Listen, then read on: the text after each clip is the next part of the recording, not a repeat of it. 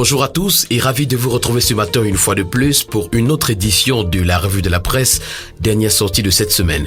Commençons ce matin par le quotidien de Feu Pius Ndiaye, le Messager qui titre « Cameroun RDC, mafia autour de la vente des billets ». Disponible au marché noir, géré par des fonctionnaires véreux, les tickets d'accès au stade de Japoma se font rares dans les points de vente agréés. Le comité d'organisation du CHAN parle d'épuisement de stock. La société civile condamne. Également dans les colonnes du quotidien Le Messager ce matin et notamment en pied de une, on parle de déclin, la lente agonie de la Sénami. La Centrale nationale d'approvisionnement en médicaments et consommables médicaux essentiels connaît une santé financière précaire. Droits sociaux, ADIT également, des ex-employés exigent 9 milliards de francs CFA. Et puis au sujet du Conseil régional de l'Est, les attentes de Joseph Lay sont à retrouver ce matin dans les colonnes du quotidien. Pour le quotidien à Capitaux Public Cameroun Tribune, on parle de stratégie nationale de développement. Le Premier ministre rappelle quelles sont les priorités.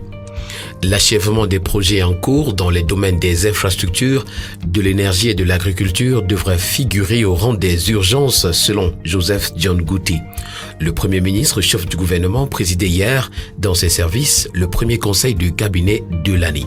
L'information au complet est à retrouver ce matin à la page 100 du quotidien à Capitaux Public.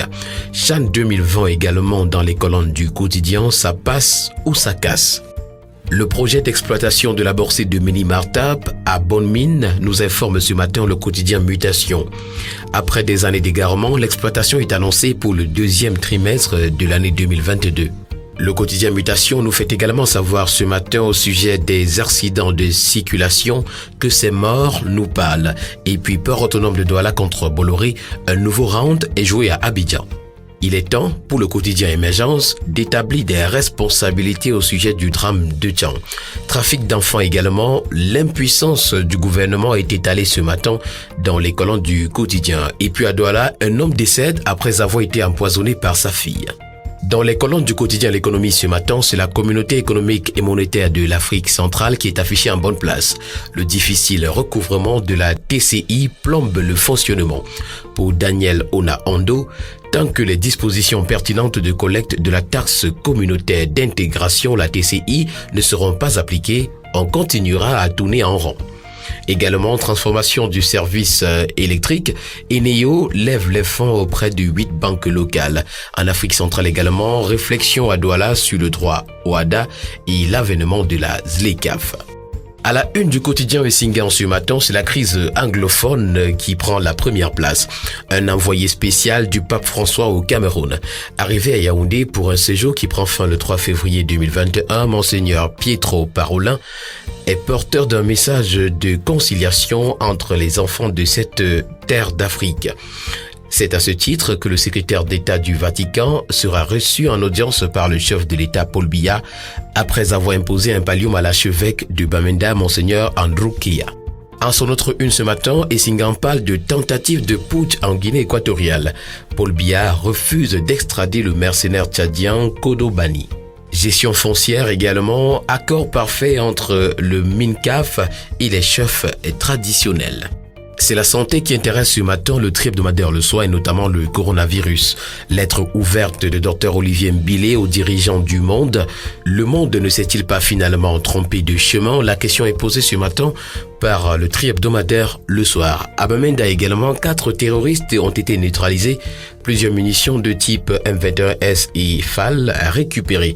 Ce serait donc à l'issue d'une traque florissante menée par l'armée camerounaise. Formation sanitaire de la Haute-Sanaga également, le MinSanté est en mode inspection. Et puis à la Sonacam, la nouvelle direction générale a été installée. Pour lutter efficacement contre la Covid-19, d'après l'information que nous livre EcoSanté ce matin, Dr Mintop offre des kits de protection aux médias à l'Est. Également, Herman Kwa fait 3 propositions ce matin dans les colonnes de EcoSanté au sujet de l'insuffisance rénale.